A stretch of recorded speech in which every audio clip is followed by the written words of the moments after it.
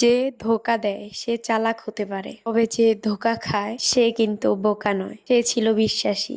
যতই নরম মনের মানুষ হবেন ততই অন্যদের কাছ থেকে ক্ষতবিক্ষত হবেন। যত মানুষের সাথে মিশবেন ততই মানুষ চিনবেন। অভিনয় যে কত প্রকার হয় তা বুঝতে পারবেন। অল্প বয়সে কাউকে পাওয়ার আশায় নিজের জীবনকে কখনো নষ্ট করিও না।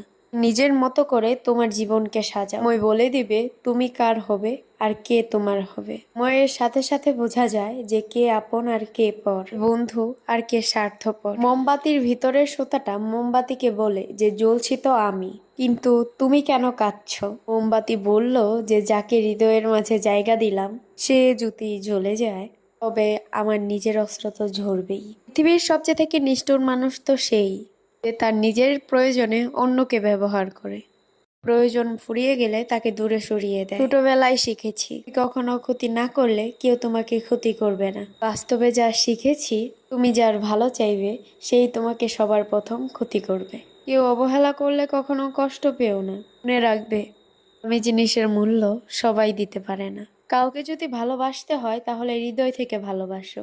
স্বার্থর জন্য কারো কাছে অভিনয় করবেন না। আপনার স্বার্থর জন্যই হয়তো তার জীবনটা পুরোপুরি ধ্বংস করে দিতে পারে। মানুষ বড়ই অদ্ভুত। ভদ্র আচরণকে দুর্বলতা ভাবে, বদ মেজাজকে ভাবে ব্যক্তিত্ব।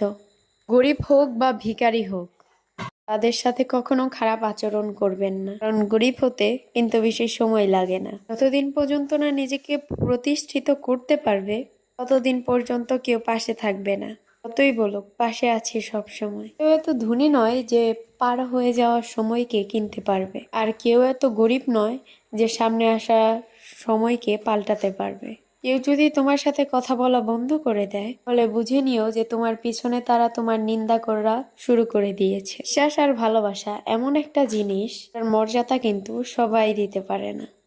চকচক করলেই শোনা হয় না, ঠিক তেমনি দামি পোশাক আর কথায় কথায় ইংরেজি বললেই ভালো মানুষ হওয়া যায় না। ভালো মানুষ হতে ব্যক্তিত্ব লাগে। লোক মানুষের জীবনে অহংকারের পরীক্ষা নেয়, দোপ মানুষের জীবনে ধৈর্যের পরীক্ষা নেয়।